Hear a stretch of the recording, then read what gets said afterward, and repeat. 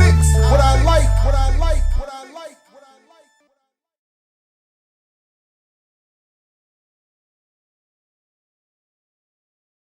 The documentary Fastball, in addition to giving us some fascinating background about baseball, also provides a great method for explaining the power of media.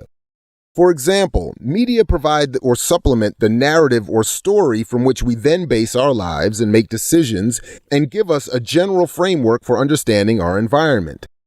And dominant media often tell us or reinforce for us the presets which govern who we think we are individually and collectively, what we believe and what we think we know. But just like a fastball, the ideas media deliver move faster than we can consciously interpret, leaving us often to use ideological presets to fill in the gaps between what we think should be happening and what actually is. Our brain does a really good job of filling in gaps between the things that we see and sort of allows us to tell a story that makes sense about what happened. In that case where the ball is faster than your eye movements, the batter fails to reacquire the visual image of the ball, and the ball is now sort of beyond the point where he thought it was. He's going to look to a particular spot and expect the ball to be there, and the ball's not there. Now there's almost an error message that occurs, and there has to be a new telling of the story. Both the delivery of a person and a pitch involve an initial set of presets. For the person, these include race, gender, class, ideology, and identity. For the pitch, speed, spin, movement, gravity.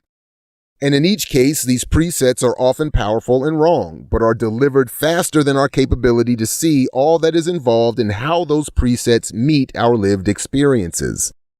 To reconcile the error messages we get that inform us of the gaps we notice between what we are told should happen or is happening and what we actually experience, we require new stories, narratives, myths. Here again is where media demonstrate their power. One story that batters' brains create is that the fastest pitchers can actually make their fastball rise as it approaches home plate. Koufax, he threw a fastball, and that ball would start here, and by the time you swing it, it would hop a little bit up here. You watch the ball leave his hand, and then when you get ready to swing at it, it rises. 2-2 pitch to Parrish. Got him swinging. Dwight Gooden, he had a lot of jump and movement on the ball upward. There's very few guys that get that. You could know a fastball's coming, but it had that upward rising to it. And I could almost feel this thing hit my mustache.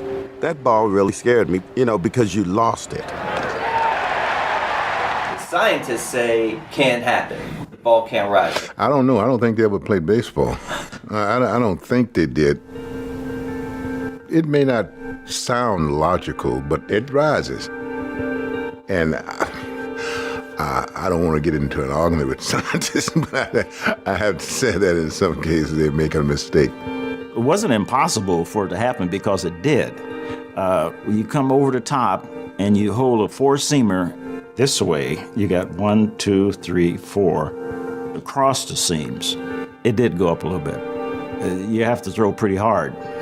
The guys that throw 80s and 89, 90, that ball's not going to go up. Chapman, I guarantee you his ball goes up a little bit. Devastating fastball. That has that late life. It's impossible. You believe rising fastball is impossible? Yeah, I believe it's impossible. But I think, I don't think it's possible for a fastball to rise, but I think it's possible for a ride, something that's different. Well, I tried to get the ball to ride. If you talk to a physicist, he says the ball does not rise, but it does not drop as fast as others. You hear guys that say they have good ride through the zone. It's just the natural spin, 12-6, just like this. Once the ball leaves the pitcher's hand, the dominant force acting on the ball is the one we're all familiar with. It's the force of gravity. So the ball drops. Something like that. For a 90-mile-per-hour fastball, it's going to drop about 3 feet if the only force on the ball was the force of gravity. But a four-seam fastball has a strong backspin on it. That creates a Magnus force that's pushing upwards, so the ball still drops, but it drops slower than it would. And the trajectory the ball takes is something like that.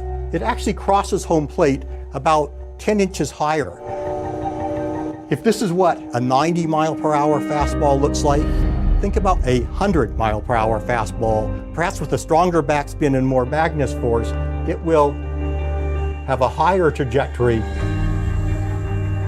and cross home plate inches above the standard four-seam fastball.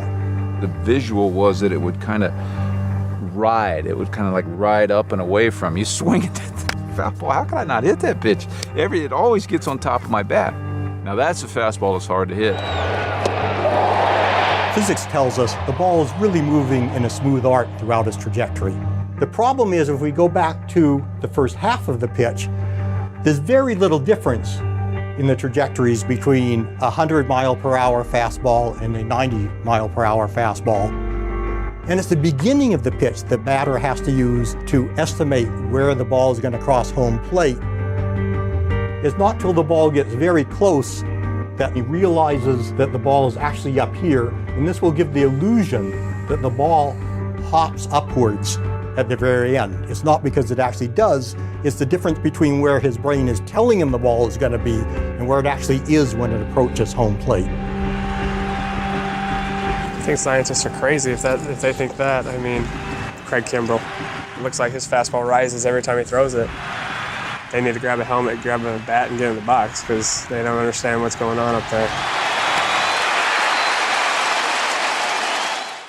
Media are like fastballs, delivered faster than our interpretive eyes can see.